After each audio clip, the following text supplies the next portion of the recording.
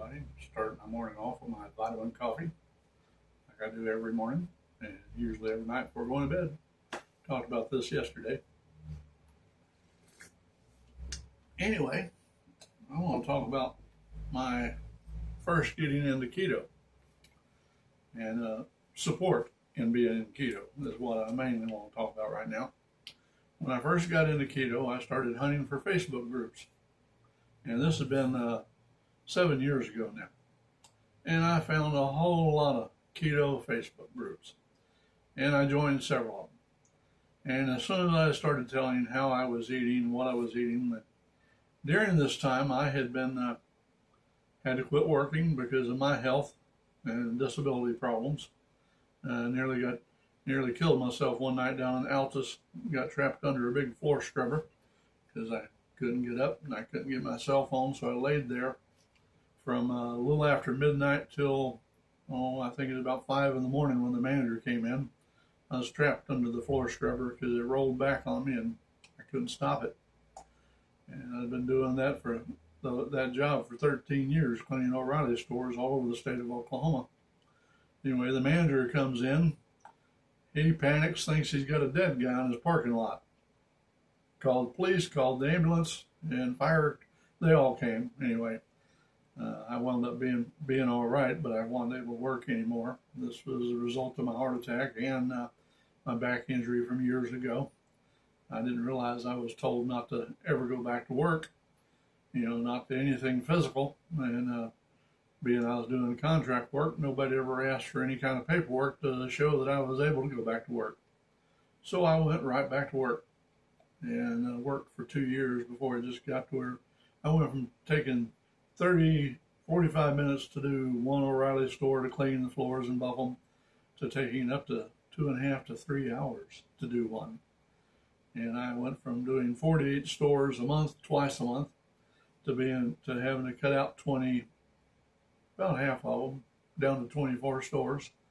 And it was taking me longer to do 24 than it used to take 48. Anyway, that was the end of my working life. And my Ruthie, who had some form of dementia caused by Rocky Mountain spotted fever that she never knew she had until it was too late, and it was well beyond the period of treating it. But anyway, back to my original subject.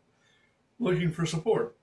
I was feeding Ruthie and I and paying our bills and stuff and skimping by on less than right at $800 a month. And it was tight, and we just had to eat what we could afford, which included bologna, hot dogs, ground beef,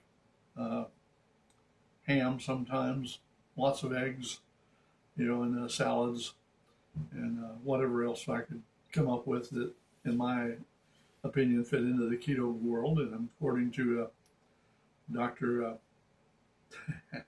Westman from Duke University, that was just fine to do it the way you could afford, and that's what we did. But all these keto groups I joined, there were just tons of keto police. Oh, you might as well not even be doing keto if you're not going to do it right. You got to have pasture raised this and grass fed that, and on and on and on. And I just quit the groups because they were all that way, seemed like. And I stumbled across this one and I joined it. And everybody was very accepting, even though I wasn't following their plan exactly. But the support I got, and even more than just from my diet and the way I was doing it, but because I was taking care of my wife 24/7. Her dementia problems had gotten to the point that she couldn't be left alone for more than just a couple minutes. I was long enough to run inside, go to the bathroom, and go back outside if she was outside. And this was in the middle of COVID when it got really bad. She was sleeping an hour a day and everything. But the friends on this Facebook page really, really supported me and offered me encouragement and advice on things to do and not to do, taking care of the dementia patient. And their advice helped me a lot. But this is Amanda Rose, and her Facebook group is called Eat Like a Bear. And if you look it up on Facebook, there's a check mark by it showing it's verified. There's several others out there that use her Eat Like a Bear name, but it don't have the verified mark, and it doesn't have Amanda Rose backing it. Anyway, she'd lost over 100 pounds in, I believe it was 8 or 9 months.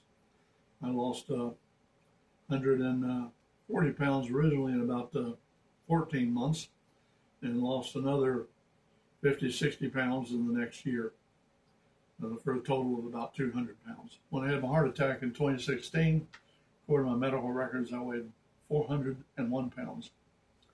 Anyway, Amanda and her group was so accepting and so understanding of all my problems and taking care of Ruthie. And I still go to their side occasionally today. I need to get back to where I do it more often because I like to encourage those that encourage me. And she also has written 4 books about her diet and lifestyle and how to do it. And a lot of women find what she does a lot more simple. And a lot of them that just don't seem to be able to do keto the way the keto world works can follow hers. And it basically works out in the keto universe, or I call it the keto sphere. And it's just wonderful. In her first book, she includes me. And she tells that I didn't do the diet the way they did, that I was a carnivore and everything. Because by the time she wrote her first book, I had transitioned from doing keto to doing carnivore. And anyway, I want to do a shout out to Amanda and all the marvelous people that are a part of her Eat Like a Bear program. I love you all, and I thank you all so much for your support.